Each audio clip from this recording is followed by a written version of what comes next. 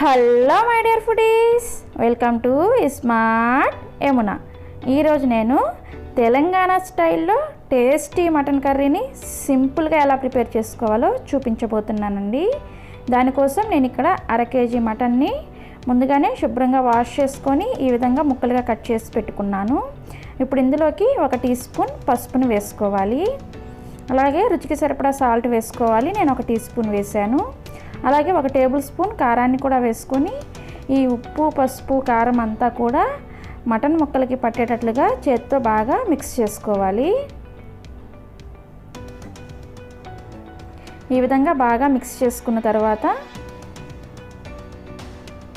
ఇప్పుడు దీని మీద మూత పెట్టేసి దీనిని 1 గంట సేపు పక్కన పెట్టేసేయాలి.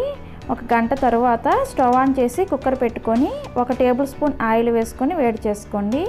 ఆయిల్ వేడైన తర్వాత మనం ముందుగా మ్యారినేట్ చేసి పెట్టుకున్న మటన్ని ఇందులోకి వేసేసుకొని ఒకసారి బాగా కలుపుకోవాలి. ఈ విధంగా కలుపుకున్న తర్వాత దీన్ని ఒక 5 నిమిషాల పాటు హై ఫ్లేమ్లో కలుపుతూ ఫ్రై చేసుకుంటూ ఉండాలి. ఇలా కలుపుతూ ఫ్రై చేసుకుంటూ ఉంటే మనకి మటన్లో నుంచి వాటర్ ఈ విధంగా రిలీజ్ అవుతాయి. ఈ విధంగా వాటర్ రిలీజ్ అయిన తర్వాత ఇప్పుడు ఇందులోకి 1 గ్లాస్ వాటర్ని అంటే 250 ml ఉంటాయి వాటర్ని వేసుకొని మరలా ఒకసారి బాగా కలుపుకొని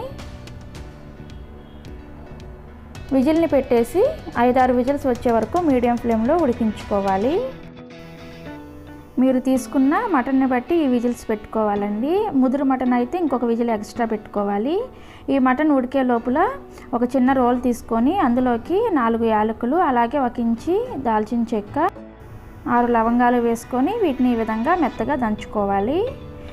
ఈలోపు మనకి కుక్కర్ అనేది 5 విజిల్స్ వచ్చేసింది. 5 విజిల్స్ తర్వాత మూత తీసి చూస్తే మనకి మటన్ అనేది చక్కగా ఈ విధంగా ఉడికిపోయి ఉంటుంది.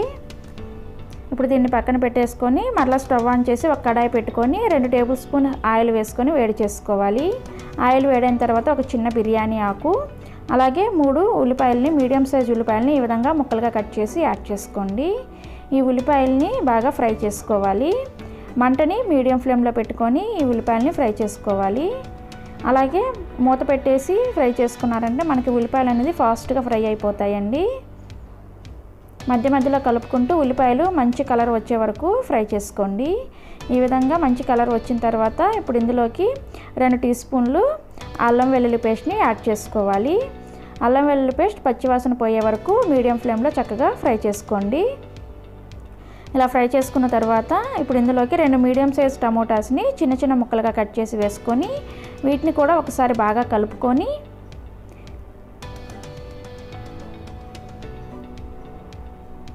ఇవి టమోటా ముక్కలు మెత్తగా అయ్యే వరకు ఫ్రై చేసుకోవాలి. దానికోసం నేను ఇక్కడ మూత పెట్టేసి ఫ్రై చేసుకుంటున్నాను. చూడండి మనకి టమోటా ముక్కలు అనేది సాఫ్ట్గా అయ్యాయి కదా. ఈ విధంగా సాఫ్ట్గా అయిన తర్వాత మనం ముందుగా ఉడికించి పెట్టుకున్న మటన్ని రసంతో పాటుగా ఇందులోకి వేసేసుకొని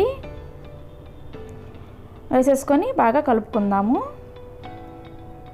ఈ విధంగా కలుపుకున్న తర్వాత మరలా ఇందులో 1/2 గ్లాసు వాటర్ని యాడ్ చేసుకోవాలి.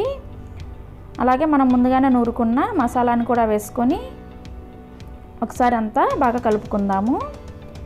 ఇలా కలుపుకున్న తర్వాత ఇప్పుడు 2 నిమిషాల పాటు దీన్ని మీడియం ఫ్లేమ్లో ఉడికించుకుంటూ ఉండాలి.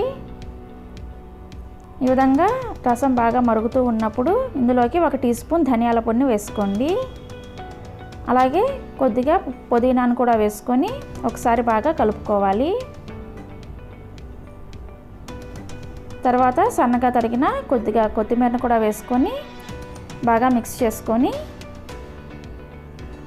మూత పెట్టేసి దీన్ని ఒక 15 నిమిషాల పాటు లో ఫ్లేమ్లో అలాగే ఉడికించుకోవాలి.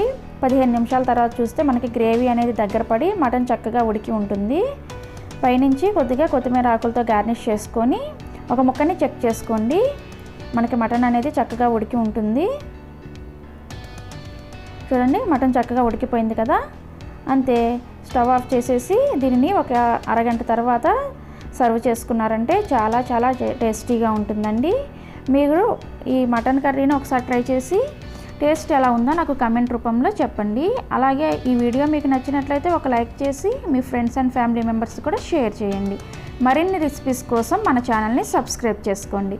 Thank you for watching. Bye bye. మరొక రెసిపీతో మరలా వస్తాను.